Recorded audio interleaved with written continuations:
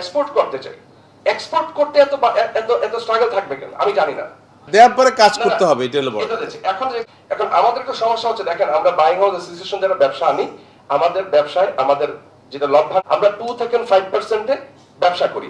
এই 2 থেকে 5% ব্যবসায় আমাদের এআইটি দিতে হয় 10%।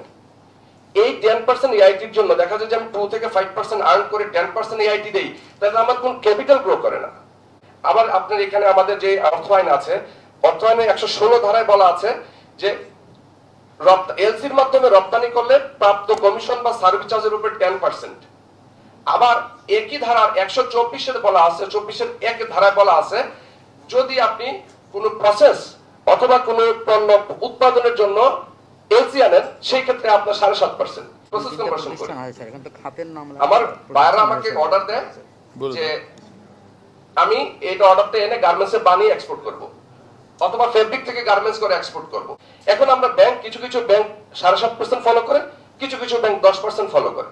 এখন বলা এই দুইটা আইন টোটালি কন্ট্রাডিক্টরি। আমি চেয়ারম্যান মহোদয়কে বলবো যে আমাদেরকে এই এআইটিটা 7.5% করা হোক। কারণ হচ্ছে আমি ব্যবসাটা নিয়ে আসি, আমার ব্যবসার ক্রাইটেরিয়া হচ্ছে আমি ম্যানুফ্যাকচারিং জন্য বাইরের সাথে আমি চুক্তি করি, আমি প্রসেস কনভার্সনের জন্য বাইরের সাথে চুক্তি করি।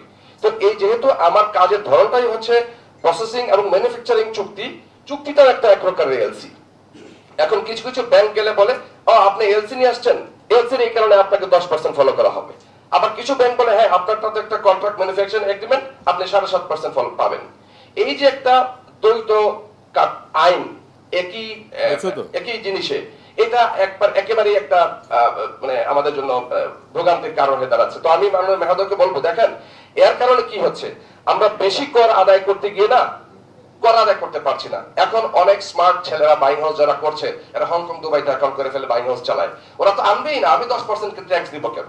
আমি যদি ট্যাক্স কাঠামোটা সুন্দর করে নিয়ে আসতে পারি, এই ইয়ং এন্টারপ্রেনার গুলি এই দেশে আপনাকে যথেষ্ট পরিমাণ কর দিয়ে সুন্দরভাবে ব্যবসা করার জন্য উজ্জীবিত করবে। আরেকটা কথা হচ্ছে, আমি এখানে বলতে চাই যে আমরা বাইং হাউসে যারা স্যাম্পল আনি, এক একটা স্যাম্পল আমাকে আনতে গেলে 79% ট্যাক্স দিতে হয়, ভ্যাট দিতে হয়। একটা স্যাম্পল ছাড়াতে আমি 79% ভ্যাট দিয়ে ট্যাক্স দিয়ে স্যাম্পলকে ডেভেলপমেন্ট করব।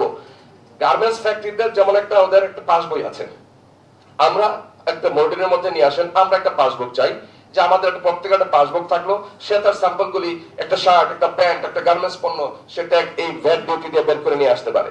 একটা কোম্পানির প্রতি মাসে 1 লক্ষ 2 লক্ষ টাকা কুরিয়ার সার্ভিস চলে যায়। এটাকে কিভাবে করা যায়, এটা আমি মাননীয় চেয়ারম্যান মহোদয়ের কাছে একটা আবেদন জানাচ্ছি। বাংলাদেশের প্রত্যেকটা ফ্যাক্টরি এখানে যারা আছে 50 to 60% রেভিনিউ বাইং হাউসের থ্রুতে আর্ন করে, এবং আমরা সরকারের কোনো লোন নেই না, স্টিমুলাস নেই না, আমাদের কোনো ইনসেনটিভ নাই, আমরা ডিপ্রাইভ, আমরা কোনোদিন চাইও না। আমরা যেটা চাই আপনাদের কাছে হচ্ছে পলিসি সাপোর্ট। এই পলিসি সাপোর্টের মাধ্যমে এই গার্মেন্টস ইন্ডাস্ট্রি $42 বিলিয়ন কে আপনি $100 বিলিয়ন নিতে পারবেন। আমরা গত মাসে এই পরিবর্তিত সরকারের পরে আমরা আমাদের সম্মানিত গভর্নর আব্দুল মনসুর আহমদের সাথে গিয়েছিলাম যে গার্মেন্টস ফ্যাক্টরিগুলি ইআরকিউ ফান্ড পায়, আমরা পাই না। উনি 1 সপ্তাহের মধ্যে একটা সার্কুলার দিয়ে আমাদের একটা ইআরকিউ ফান্ড করে দিয়েছেন যে আপনারা এক্সপোর্টের যে রেভিনিউ পান এর 10% আপনারা এনজয় করতে পারবেন। এটা আমাদের কি কাজে লাগবে? আমাদের সেল, আমাদের মার্কেটিং, আমাদের ট্রাভেল, আমাদের বিভিন্ন এক্সিবিশনে অ্যাটেন্ড করতে আমাদের কাজে লাগবে। এটা তো আমরা এনজয় করছি না। এটা কেন এনজয় করছি? যে আমাদের যে 12,000 টাকার কোটা দেওয়া হয় আমাদের ক্রেডিট কার্ডে, এটা আমাদের ফরেন ট্রাভেল কভার করে না। আমরা লাস ভেগাসে ফেয়ারে যাব, আমাদের জন্য কোনো ইনসেনটিভ নাই। আমরা আমাদের বাণিজ্য মন্ত্রী মহাসচিব সাহেবকে চিঠি দিয়ে আসলাম যে আমাদের প্রোডাক্ট এক্সিবিশন করার জন্য আমাকে আপনারা আমার একটা সার্কুলার দেন। গত পরশুদিন আমরা দিয়ে আসলাম। তো আমরা হচ্ছে যে গভর্নমেন্ট থেকে আমরা এক্সপোর্ট করতে চাই, এক্সপোর্ট করতে এত স্ট্রাগল থাকবে কেন আমি জানি না। দেওয়ার পরে কাজ করতে হবে, এটা হলো বড়।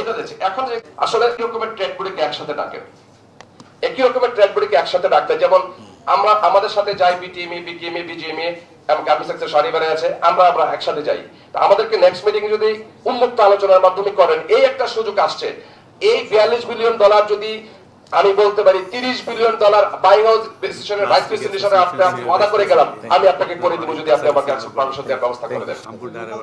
লোকাল থেকে তো আপনি হয় আপনি ব্যাক টু ব্যাক এলসি কিনতে পারেন, আমি আপনার ডিউটি ট্যাক্স দেওয়া লাগবে না, অথবা আপনি ভ্যাট ইত্যাদি আছে সেটা দিয়ে আমি যে আপনি পরে আপনি ড্রব্যাক নিয়ে নেবেন। জি, জি। সমস্যাটা কোন জায়গায়? কি সমস্যাটা হচ্ছে আমাদের এই অন্যান্য স্টেক হোল্ডার যারা আছেন তারা আমাদের এই দিতে চান না। ওরা বলেন যে আমরা ক্যাপিটাল মেশিনারিজ ইনভেস্টমেন্ট করেছি, ব্যাংকে লোন নিয়েছি, ওনারাও যদি এক্সপোর্টার হয়ে যান, আমিও যদি এক্সপোর্টার হয়ে যাই, তাহলে একটা কনফ্লিক্ট অফ ইন্টারেস্টের মধ্যে হইতে পারে।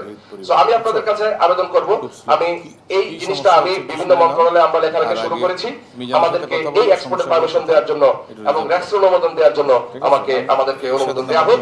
আমরা এই বিজিবি যে ফ্যাক্টরিগুলো যেভাবে করছে, বাই হাউসগুলি সেম পরিমাণে অ্যামাউন্ট আপনাদের রপ্তানি এনে দেবে ইনশাআল্লাহ। এখন আলহামদুলিল্লাহ সাপোর্ট গুলো আমরা পাচ্ছি, আমাদের সব জায়গাতে যাচ্ছে ওনারা কনসিডারেশন। আমি মাননীয় মহোদয়কে ধন্যবাদ, চেয়ারম্যান মহোদয়কে যে এত কষ্ট করে আমাদের কথা শোনার জন্য। যে